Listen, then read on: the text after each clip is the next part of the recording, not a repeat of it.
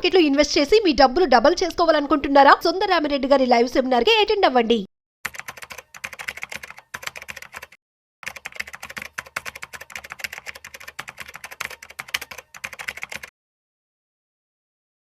నమస్తే, welcome to Suman TV. నేను దేశ్రీ. Present మనతో ఉన్నారు certified financial planner doctor Anil Bachchu garu. వారితో మాట్లాడదాం. హలో అండి. నమస్తే అండి. నమస్తే అండి. సో ఇవాళ మనం మాట్లాడుకోబోయేది ప్రెసెంట్ ఒక 20s లో ఉన్నారనుకోండి, వాళ్ళ ఎడ్యుకేషన్ అయిపోయినాక కొంతమంది జాబ్ చేయడం స్టార్ట్ చేస్తారు.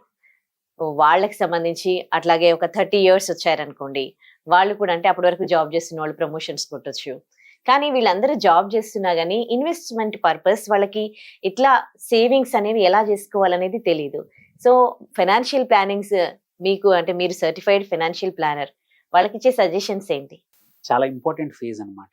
ఏంటంటే ఎప్పుడైనా సరే మనం ఇంటికి ఒక ఫౌండేషన్ వెరీ ఇంపార్టెంట్. ఫౌండేషన్ స్ట్రాంగ్గా లేదనుకోండి, మీరు ఎంత మంచి మెటీరియల్ వాడినా, ఎంత మంచి ఆర్కిటెక్ట్ ఉన్నా, ఎంత మంచి డిజైన్స్ ఉన్నా నో యూస్, బికాస్ ఫౌండేషన్ స్ట్రాంగ్గా లేదు.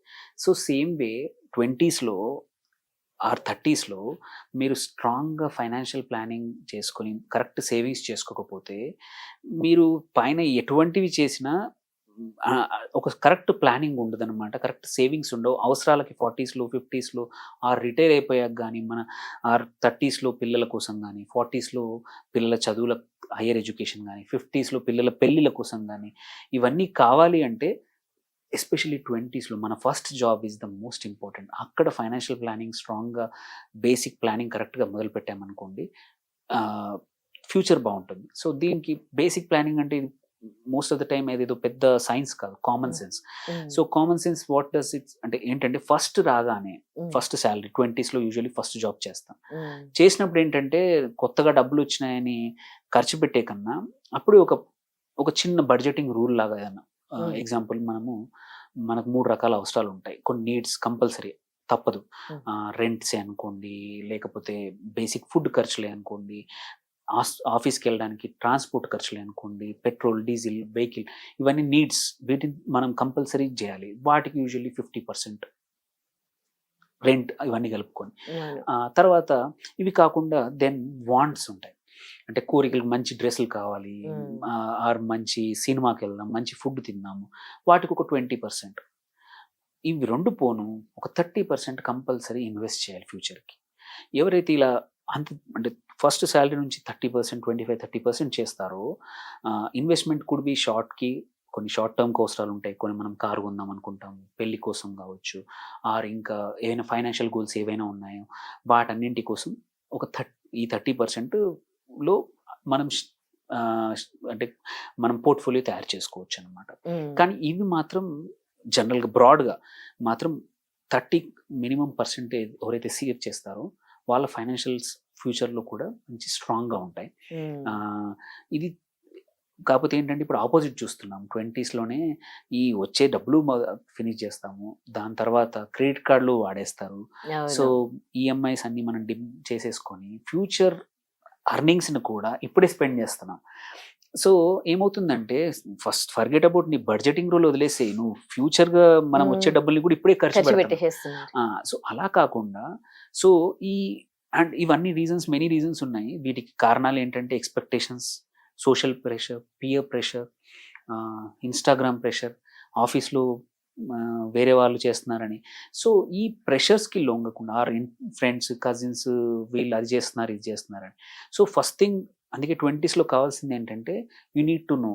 మన మైండ్ సెట్ ఏంటంటే నాకేం కావాలి అనేది నువ్వు క్లారిటీ ఉండాలి. సో డోంట్ జస్ట్ బికాజ్ ఒకరు వేరే వాళ్ళు చేస్తున్నారని వాళ్ళ లైఫ్ స్టైల్ని మనం కాపీ చేయకూడదు. Everybody's journey is different. ప్రతి ఒక్క ఫైనాన్షియల్ జర్నీ ప్రతి ఒక్కరికి, కొద్దిమందికి సపోర్ట్ ఉండొచ్చు పేరెంట్స్ నుంచి, కొద్దిమందికి పేరెంట్స్ నుంచి సపోర్ట్ ఉండకపోవచ్చు, కొద్దిమందికి ఆల్రెడీ మల్టిపుల్ స్ట్రీమ్స్ ఇన్కమ్ రావచ్చు, కొద్దిమందికి ఉండవు. సో దాన్ని బట్టి మన పొజిషన్ని బట్టి మన ఎయిమ్స్ ఏంటి, ఫైనాన్షియల్ గోల్స్ ఏంటి, what do we want to achieve. నేను ఇప్పుడు 22 ఉన్నాను, ఫస్ట్ జాబ్ వచ్చింది, ఇంజనీరింగ్ అయిపోయింది, ఒక జాబ్ వచ్చింది. నేను నెక్స్ట్ 5 yearsలో ఏం చేద్దాం అనుకుంటున్నాను, నెక్స్ట్ 10 yearsలో నాకు ఏం కావాలి. మేబీ 22 ఉన్నాను, ఒక అబ్బాయి అయితే నేను 27, 28కి పెళ్లి చేసుకుంటాను, ఆ టయానికి ఎంత డబ్బులు కావాలి. ఒక అమ్మాయి అయితే ఎస్ నేను నేను నా పెళ్ళికి ఇంత డబ్బులు కావాలి, నా ఫ్యూచర్కి ఇంత డబ్బులు కావాలి. సో ప్రతి ఒక్కరు ఏంటంటే ఈ గోల్స్ పెట్టుకొని మనం ఎలా అయితే మన కెరియర్కి, మన స్టడీస్కి కూడా, ఎగ్జామ్స్కి మనం ఎలా ప్రిపేర్ అవుతామో, డబ్బులు వచ్చాక కూడా, రాకముందు ఎలా కష్టపడతామో వచ్చాక కూడా ఈక్వల్లీ కొంచెం టైం, వారంలో ఒక పావు గంట, అర్ధగంట మనం అన్నింటి కోసం ఇస్తాం. సోషల్ మీడియాలో రీల్స్ చూడడానికి, అవన్నీ okay, good. But also give some time for your financials. Because అవన్నీ ఎప్పుడు వస్తాయి? నీ ఫైనాన్షియల్ సరిగ్గా ఉంటేనే రేపు నీ ఫ్యూచర్ ఉంటుంది. సో నీ ఫ్యూచర్స్, నువ్వు ఎంత కష్టపడ్డా వచ్చిన డబ్బుల్ని జాగ్రత్త పెట్టుకోకపోతే రేపు ఫ్యూచర్లో ఇబ్బంది పడతాం. ప్రతిసారి we need to either credit card, loans, personal loans అవి తీసుకోవాల్సి వస్తుంది. అవి రాకుండా ఉండాలంటే ఇఫ్ యువర్ క్లారిటీ నీకు ఉందనుకో, నా బడ్జెట్ నాకు ఇంతే పెడతాను, వాట్ ఎవర్ ఇట్ ఈస్, నా వాంట్స్, ఎస్, కోరికలు చంపుకోవాల్సిన అవసరం లేదు, ఎస్ ఆ 20%లోనే పెట్టుకుంటాను. నాకు వచ్చే లెట్సే నాకు 50,000 జీతం వస్తుంది, అందులో 20% అంటే ఒక 10,000. ఆ 10,000లో నేను సినిమాకి వెళ్తాను, ఆర్ ఎక్కడైనా ట్రిప్ వెళ్ళాలన్నా వెళ్తాను, బట్టలు కొనుక్కుంటాను. So that sticking to your budget is the most, first making a budget, then sticking to a budget. Next comes the 30% ఏవైతే ఉన్నాయో ఇన్వెస్ట్ చేసుకోవడం. ఈ ఇన్వెస్ట్మెంట్లో కూడా ఏంటంటే ఫస్ట్ థింగ్ అందరూ చేయాల్సింది ఏంటంటే ఒక ఎమర్జెన్సీ సేవింగ్స్ అనేది ఒకటి క్రియేట్ చేసుకోవాలి. Irrespective of whatever age, generally we say, but ఆ హ్యాబిట్ 20sలో చేసుకుంటే ఇంకా మంచిది. ఎమర్జెన్సీ సేవింగ్స్ అంటే ఏంటి? ఒక 3 నుంచి 6 నెలలకు సరిపడా ఖర్చులు అవైలబుల్ ఉండాలి. ఎఫ్డీలోనే కానీ, క్యాష్లోనే కానీ, బ్యాంక్లో కానీ ఈజీగా అవైలబుల్ ఉండాలి. ఆర్ మ్యూచువల్ ఫండ్లో అయితే లిక్విడ్ ఫండ్స్లో, అంటే నెక్స్ట్ రేపు కావాలంటే విత్డ్రా చేసుకునేట్టు రెడీగా ఉండే అవకాశం. ఇది ఎంత కావాలంటే మినిమం 3 months, 6 months వరకు ఉంటే ఏంటంటే జాబ్ కానీ, ఇప్పుడున్న కరెంట్ సిచ్యువేషన్లో అందరికీ గవర్నమెంట్ జాబ్ కానీ, సెక్యూర్డ్ జాబ్స్ ఉండే అవకాశాలు లేవు.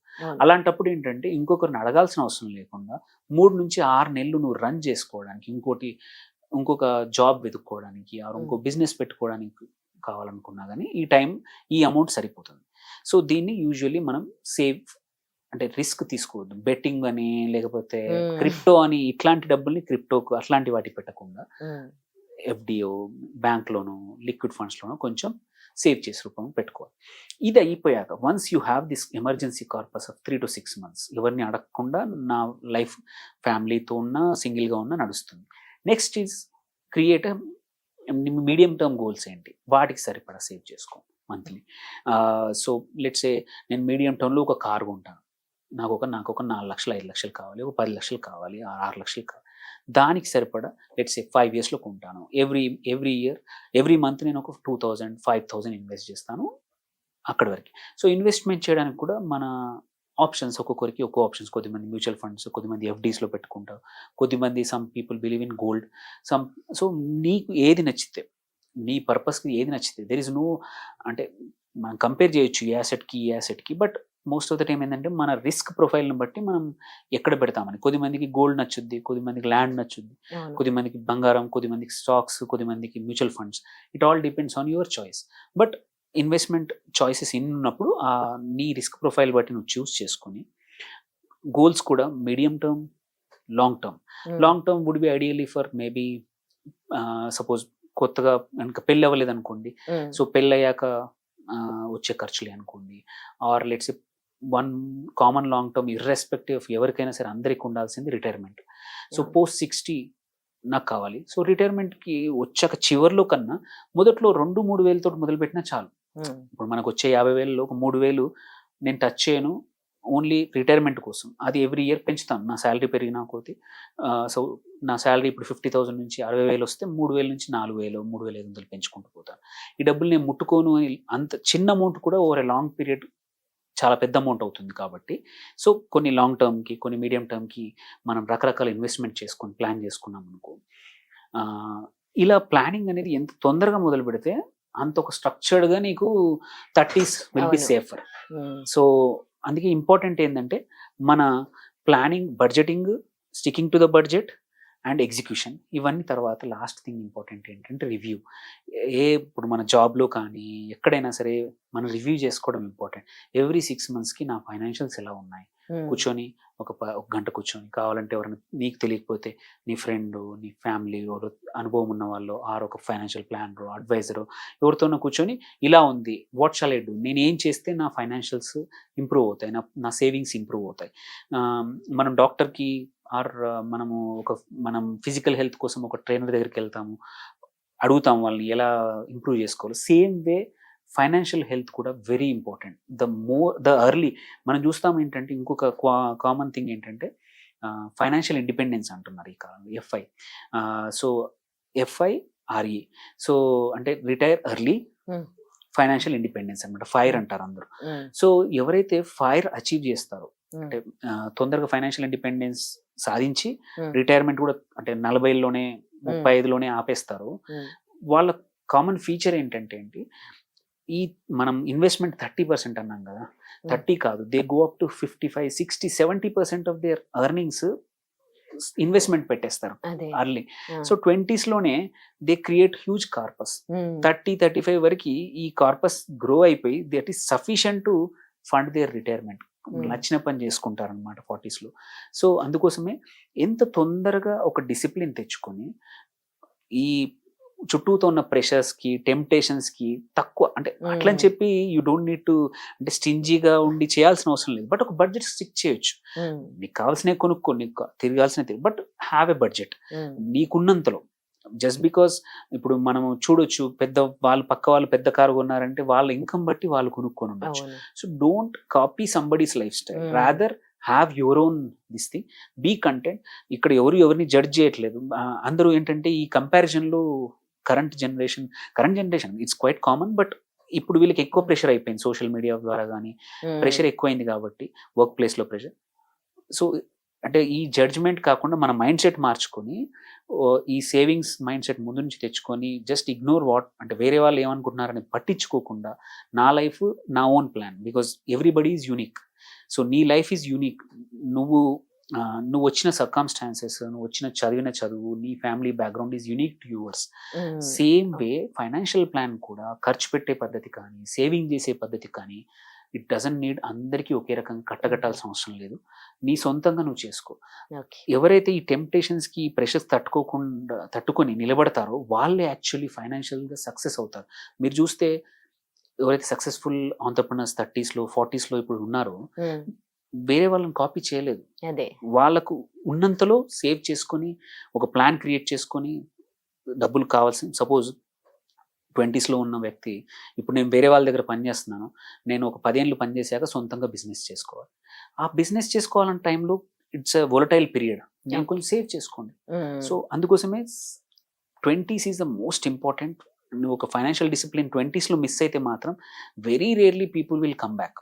Mm. లైఫ్ అంతా స్ట్రగుల్ అవుతూ ఉంటారు. Okay. సో నీ first job very important, job వచ్చాక first income is more important. దాన్ని ఎలా స్ట్రక్చర్ చేసుకుంటా అనేది చాలా ఇంపార్టెంట్ అనమాట.